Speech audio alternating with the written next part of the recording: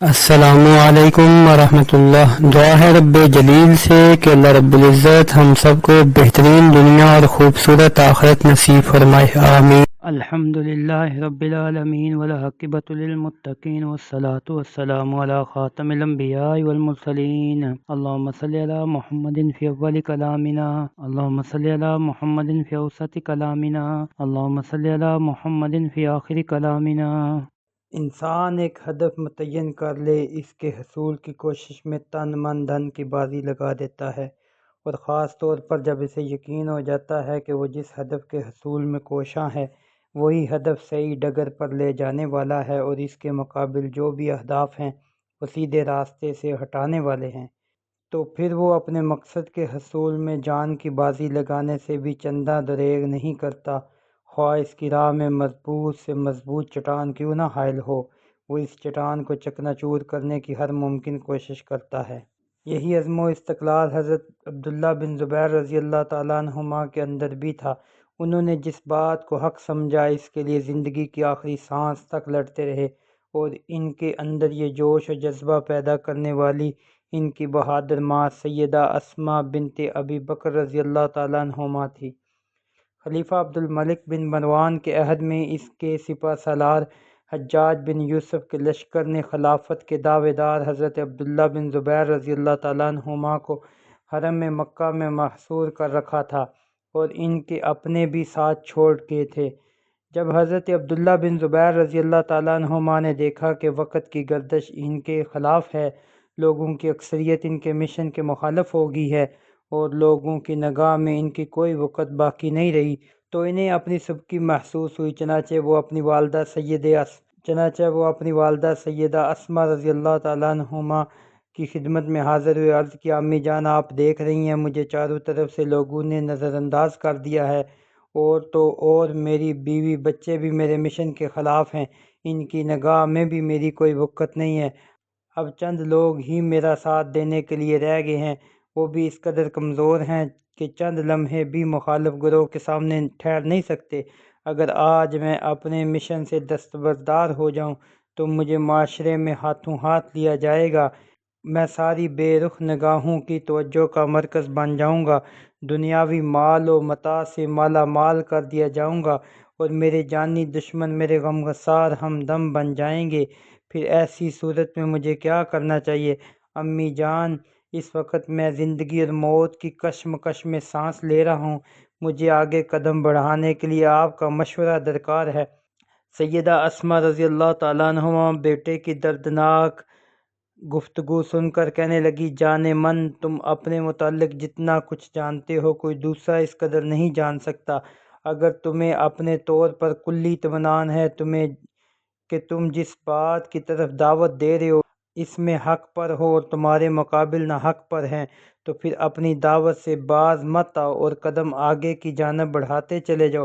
پست ہمتی کا ثبوت ہرگز نہ دو، اور اپنی گردن کو اتنی ڈھیل مت دو کہ بنو امیہ کے بچے تمہارے سر سے کھلواڑ کریں، اور اگر تم یہ سب کچھ دنیاوی مال و متاع کے لالچ میں کر رہے تھے تو پھر تم ایک بدترین آدمی ہو،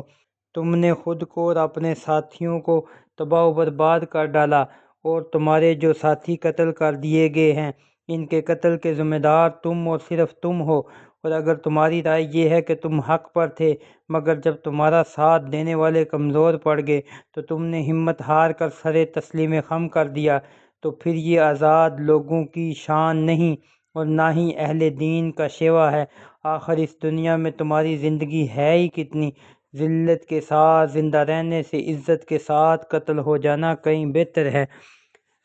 اللہ کی قسم، عزت و شان میں تلوار کی ضرب کھانا مجھے ذلت و رسوائی کی حالت میں کوڑا کھانے سے زیادہ محبوب ہے۔ ماں کی یہ ایمان افروز تقریر سن کر حضرت عبداللہ بن زبیر رضی اللہ تعالیٰ عنہما نے کہا،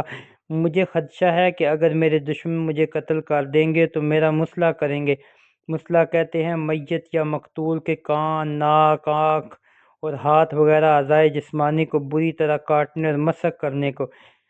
بیٹا، بکری کے ذبح ہونے کے بعد اس کی چمڑی ادھیڑنا اس کے لیے کسی تکلیف کا باعث نہیں ہوتا، اس لیے قتل کے بعد تمہاری لاش کی جتنی بھی بے حرمتی ہو تمہیں کوئی تکلیف نہیں ہوگی۔